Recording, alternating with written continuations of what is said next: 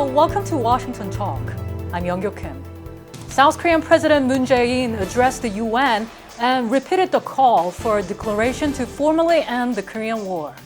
And the US continued to emphasize dialogue and diplomacy with North Korea. In response to this, North Korea sent mixed messages, first saying it is premature to discuss such a declaration, and then later said it is an admirable idea. Today we'll discuss what North Korea's intentions are and where things are headed. Joining me is Patricia Kim. Dr. Kim is a fellow at Brookings Institution and a global fellow at the Wilson Center. Her research focuses on U.S. alliance management in East Asia and regional security dynamics on the Korean Peninsula. Scott Snyder is also with me today. Mr. Snyder is Director of U.S.-Korea Policy at the Council on Foreign Relations. His book, South Korea at the Crossroads, examines the trajectory of South Korean foreign policy. Welcome to the program. Good to have you both. Thank you. Thanks, Young-Kyo. North Korea sent two different messages on the same day. We'll talk about this just in a minute, but let's first start with South Korean President Moon Jae-in's speech at the United Nations General Assembly. Dr. Kim, President Moon said a formal end to the Korean War should be declared. It's not the first time he suggested this. Was anything different this time?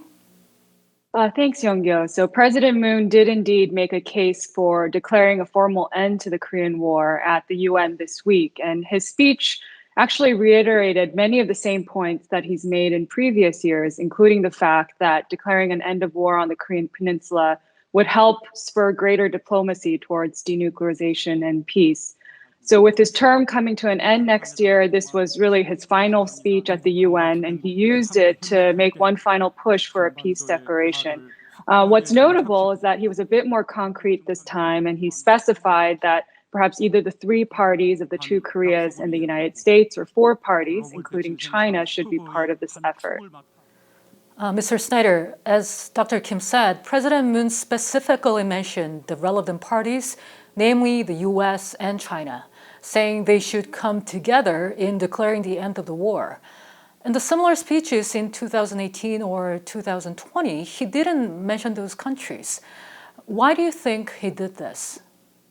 Well, I think he probably is trying to generate some political pressure and momentum in support of his proposal by actually naming countries and giving those countries a sense that they need to follow up.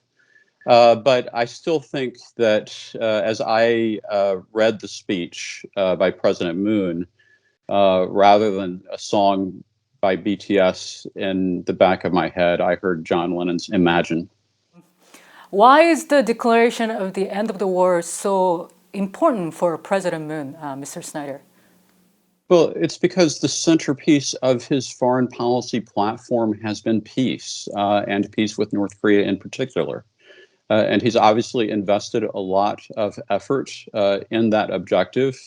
Unfortunately, the circumstances thus far have really not been propitious for him to achieve as much as he would have liked.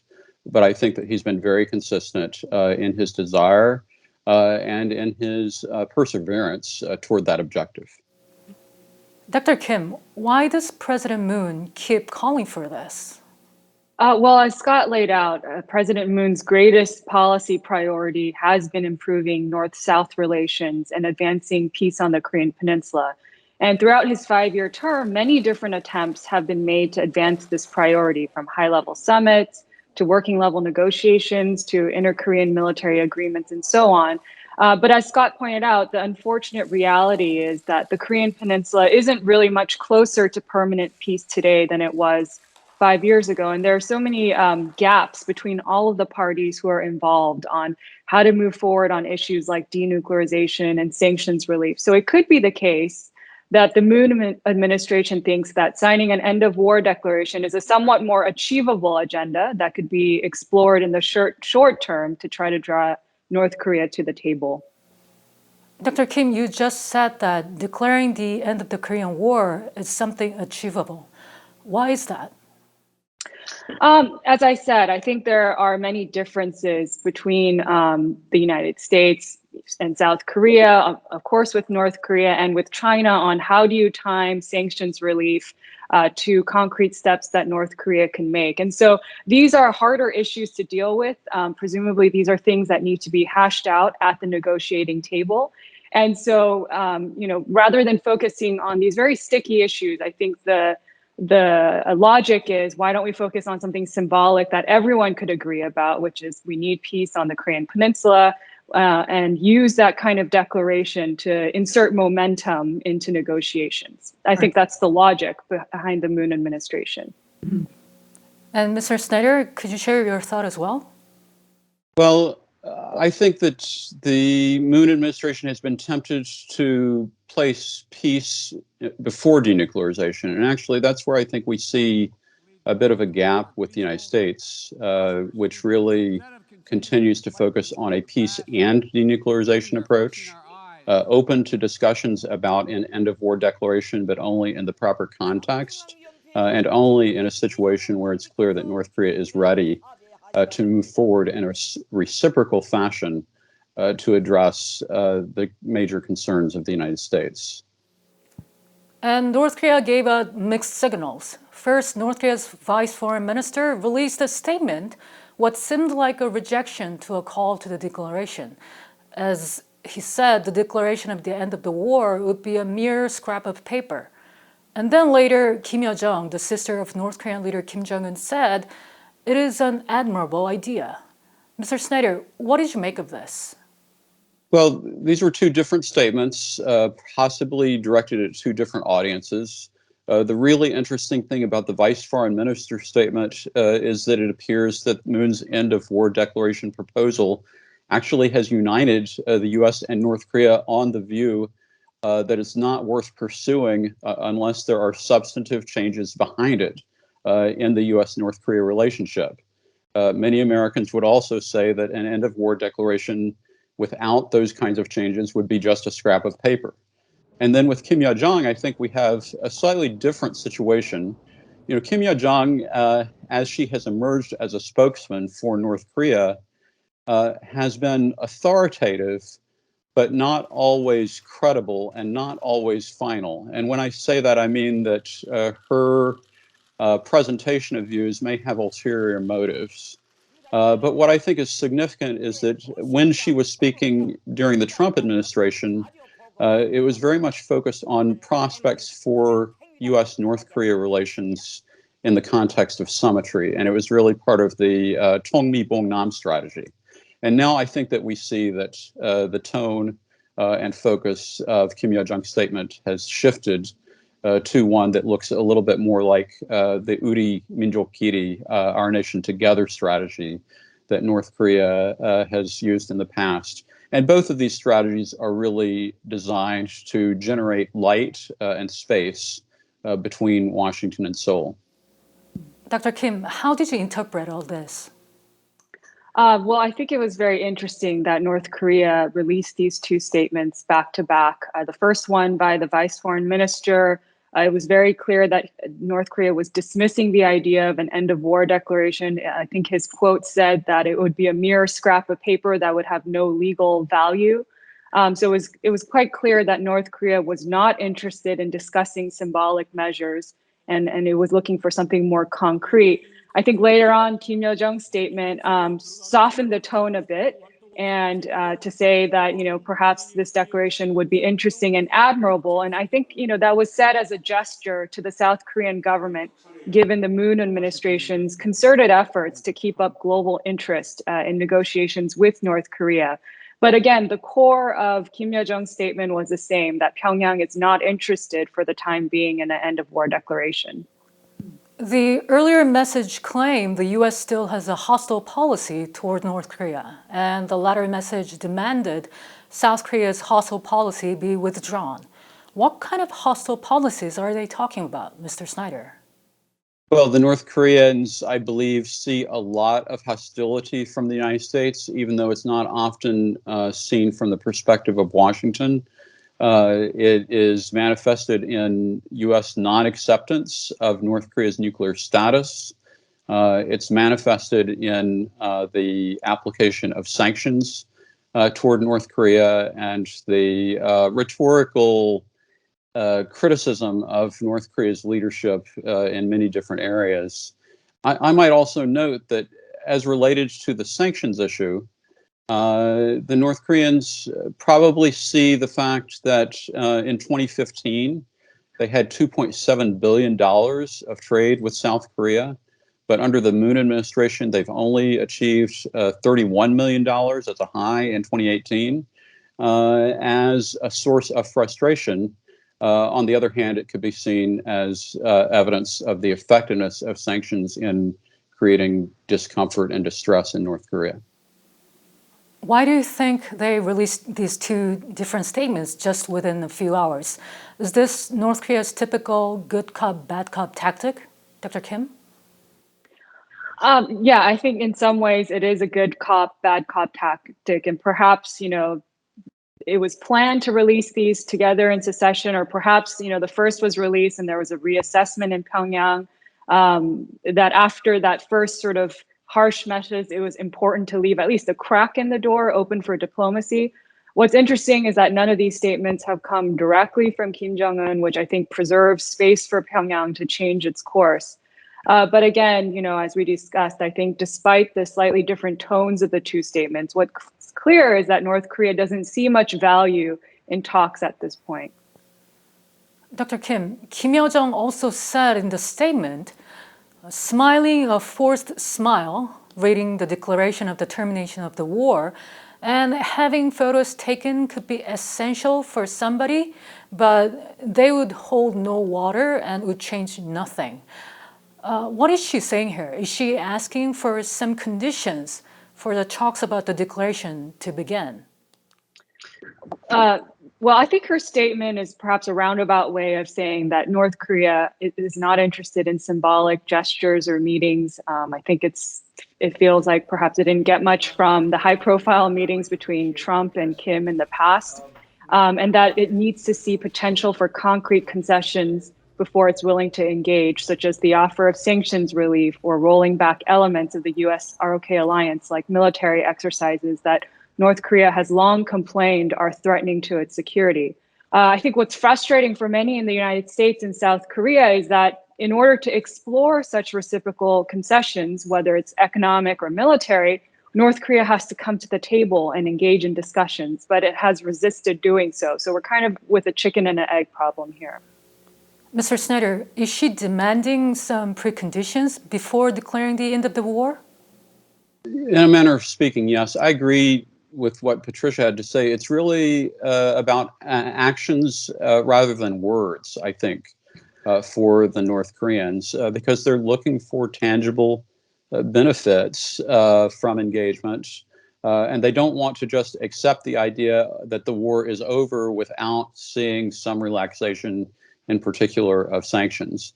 And I think that some of that was also perhaps reflected in the speech that Foreign Minister Chung made, the appearance that he made at the Council on Foreign Relations earlier this week, where he seems to suggest that sanctions relaxation could be used as an incentive to draw North Korea into talks. I'm not sure. I think there's still a gap between the U.S. and South Korea on that, but I think that was a very notable interpretation by Foreign Minister Chung. Regarding President Moon Jae-in's proposal of the declaration of the end of the Korean War, the State Department said the U.S. remains committed to dialogue and diplomacy with North Korea. And earlier, the spokesperson for the Defense Department also reiterated the U.S. is committed to diplomacy and dialogue, and at the same time said the U.S. is open to discussing the possibility of an end-of-a-war declaration. Mr. Snyder, what does this say about the U.S. stance on declaring the end of the war? Well, I think that the priority remains on denuclearization, and I would actually add the readout from the Secretary of State Blinken's meeting with the South Korean and Japanese foreign ministers, where he reaffirmed complete denuclearization as a goal and really did not in public mention the end of war declaration. And so I think that that is a good indicator that from a U.S. perspective, the only viable approach is going to be a peace and denuclearization approach. It's not going to be a peace first. approach, and the Biden administration is not about to accept North Korea as a nuclear state. Dr. Kim, what is the U.S. government's position on this? Well, I think the Biden administration has been consistent with the fact that it's open to diplomacy and wants sustained diplomacy to work towards a concrete roadmap for the complete denuclearization and peace on the Korean Peninsula. It hasn't released any specific promises or made any specific demands, which I think reflects a firm belief in the US government that negotiations need to start at the working level and require substantive discussions that build towards concrete outcomes. In terms of the Defense Department spokesman's reference to the end of war declaration, I think this was not only a message to North Korea that, again, the United States is open to discussions, but it was also a way to express alliance solidarity towards South Korea, given that the Moon administration's great emphasis is on the issue.